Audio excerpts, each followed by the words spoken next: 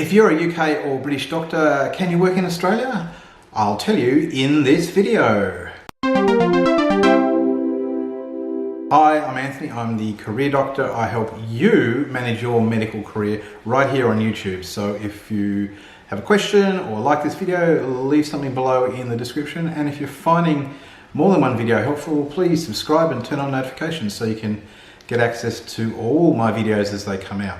A number of my viewers and subscribers come from the United Kingdom or Great Britain, and that country's in a bit of upheaval at the moment with a bit of a political situation, and so not unnaturally a lot of people are thinking about opportunities for working elsewhere around the world. And a question comes up, can you work in Australia if you've been doctoring in the UK? Well, the short answer is yes, but what I'd like to do is give you the main options and as well as a few facts and figures about the situation, because I think you should also be aware of some of the costs and difficulties involved coming from the UK to Australia. So firstly, is it common for British doctors to work in Australia? Well, yes. As far as we can tell from all the figures that we can gather about doctors who migrate to Australia, doctors from the UK are usually in the top position in terms of the numbers of overseas trained doctors who are working here in Australia. And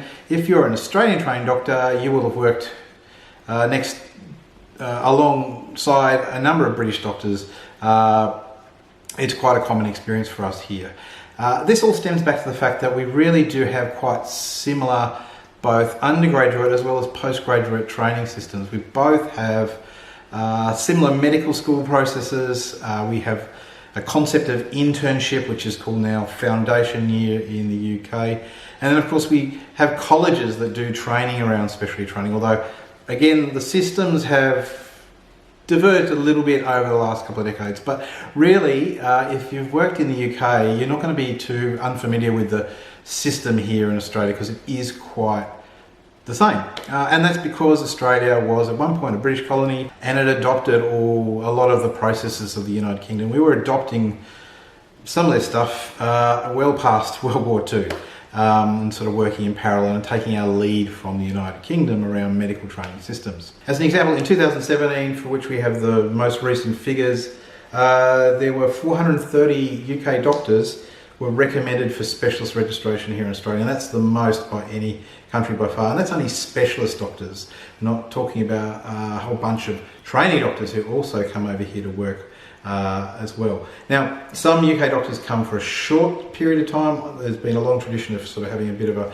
working holiday here in Australia, and a few things make that easier. One is the fact that the registration path is generally easier, but also the process for obtaining a visa is usually a bit easier as well, and we have a reciprocal relationship with Australia back to the United Kingdom as well, particularly for younger people. So the prospects are pretty good working as a doctor from the UK and Australia, but it's by no means a guarantee, and it's possible that you will get turned down for registration, and some of it also comes down to whether you can actually secure a job offer. I always recommend, before going down the registration path, see whether you can actually secure a job, because at the end of the day you won't be approved for registration for anything if you can't show that you're going into a position where you're going to have the sort of supervision that the Medical Board of Australia requires. So it's really important to be sort of looking at your prospects for jobs and putting in applications. And we have a bunch of videos about those sort of things as well here on the channel. Let's talk about your two main pathways for getting registered here and working here, of course. And they are, of course, what's called the Competent Authority pathway and the Specialist pathway. Again, I've done quite a few videos about this, but in summary, the Competent Authority pathway is for doctors who come from like countries to Australia, so that's the United Kingdom, Ireland, Canada, United States, also New Zealand, although New Zealand's kind of in its own category, it's very similar to Australia.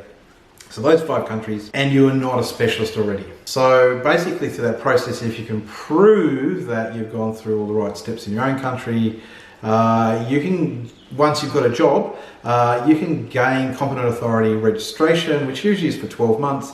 Basically, you have to be under a form of supervision, and if you can successfully meet the requirements of that supervision and the reports that go into the medical board over those 12 months, you'll be at the end of that 12-month period able to apply for general registration, which opens up a lot of options for you. It may open options for longer visas, maybe even permanent residency, and in most cases means you can start to apply to the various colleges for training in Australia. For most colleges, you can do that on a working visa. There's a few colleges like the College of Surgeons and also the Australian General Practice Training Scheme where you need to be a permanent resident, so you have to sort of get to that point first. So that's competent authority. That's for trainee doctors from the UK. And then there's the specialist pathway. And as I said, last year in 2017, there were 430 successful UK specialists that went through that pathway. So that means they applied for assessment, were given a form of registration that allowed them to be under supervision, and then completed all the requirements of that assessment period to be recommended for specialist recognition, which is great, which is fantastic. It's almost as good as having general registration and pretty much no different if you're happy to work in that specialty area. Now bear in mind that includes general practice and all the other specialties. So let's look at that a little bit more detail. So the first thing is we can get some information about these sort of matters from the Medical Board Australia. They require reports from all the colleges, and if you look at these reports, you see that United Kingdom specialists are treated reasonably favourably through this process, probably because the sort of training that you get as a UK specialist is very close to what you get in Australia, and that's really the key consideration when we're assessing these things and then looking at your ability to work as a specialist here. So, for example, only 6 out of 409 UK doctors who applied for specialist pathway were knocked back in 2017. And the majority, as you can see, were given substantial comparability, which is the ultimate, which is what you want, because you won't be required to do any formal exams, and it's really just a process of some assessments by another peer, or you can call that a supervisor. And that usually only takes you 12 months, and then you'll be recommended for specialist registration, and that's great because then you'll have ability to work permanently in Australia and probably be able to progress to things like permanent residency as well. So I'm often asked, because even with the UK doctors, there's no guarantee of specialist assessment. How can you sort of make your chances better? Well, first thing is you really should have your certificate of completion of specialist training. Ideally, you've worked as a consultant in the UK for at least 3 years. They do look at your post-training experience and they want to see that you've been able to successfully work as a consultant. You obviously need to be able to demonstrate good standing with the registration authority, the GMC in the case of the UK, as well as your employers. You need to be able to demonstrate that you've got ongoing continuing professional development, and you really should prepare for this. You should read the form that you need to fill in. You should put as much evidence in as possible. If you're not sure what to write, get an expert like me to look at it and give you some advice, because often the terminology can be a bit tricky, and you often have to go to the college website to sort of look at what their training program says to mirror that. And you should definitely prepare for any interview that you're offered. Treat that as a formal job interview. It is meant to be sort of a meeting with peers, but it is another way that they assess you, so you should be prepared effectively for that. So the question is, how many UK doctors are working in Australia? So as I said, according to the figures from 2017, there were 718 applications made for provisional registration via the competent authority pathway, and 701 were granted. So that's all the trainee doctors, and that's just in 1 year. So bear in mind, people will be staying, so that's going to be a cumulative thing.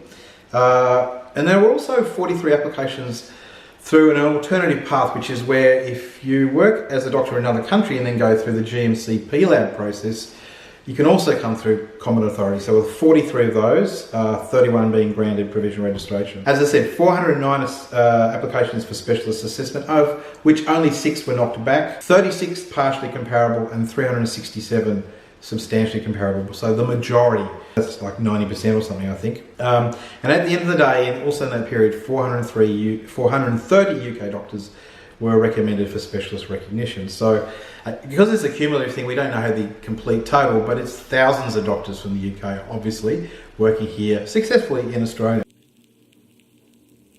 There are a few other options for getting registration. We talked about one, the PLAB to GMC to competent authority.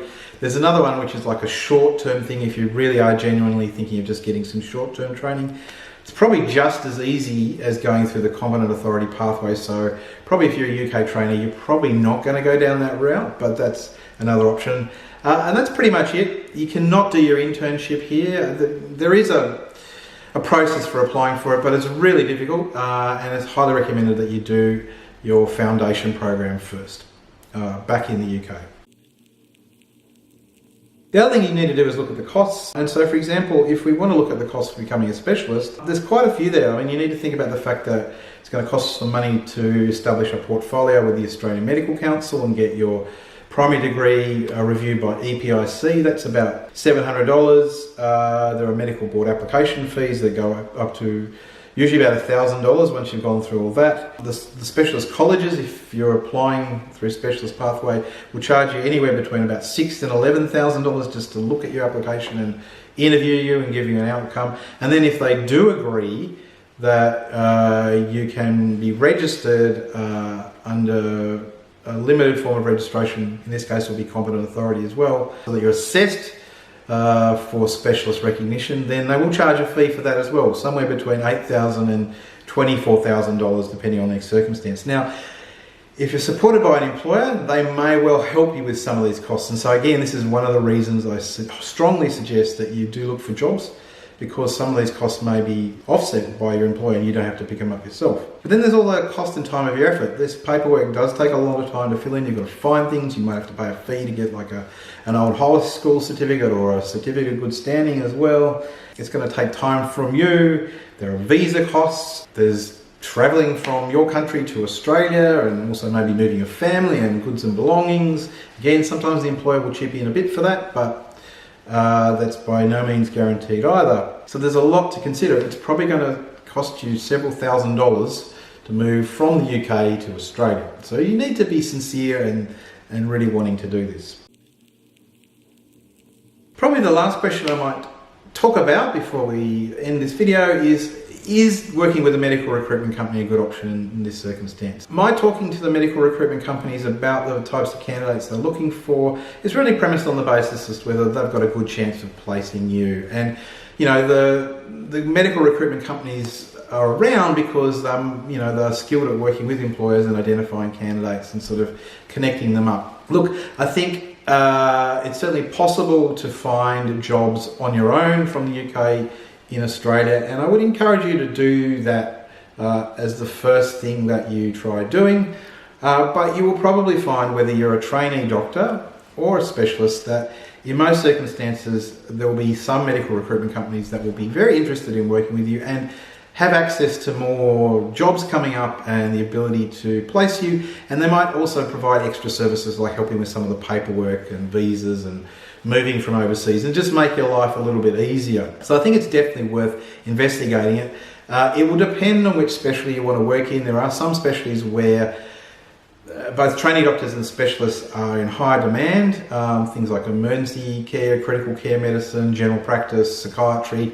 Others where there's less demand, most of the surgical specialties, things like cardiology. But even in those circumstances, if you're prepared to work in, say, a rural or remote area, you may well find that there are still opportunities. So look, on balance, I think it's probably worth considering contacting 2 or 3 medical recruitment companies as well, particularly if you feel like you don't want to be doing all the work yourself. So that's all about working as a doctor in Australia coming from the UK. Thank you for watching the video. Would you like me to cover other countries in relation to working in Australia? If so, leave a like and a comment below in the description, and I'll be happy to look at them. And if I get a bit of a groundswell for other countries, then I will do some more videos on this particular topic. Bye now, and see you in the next video.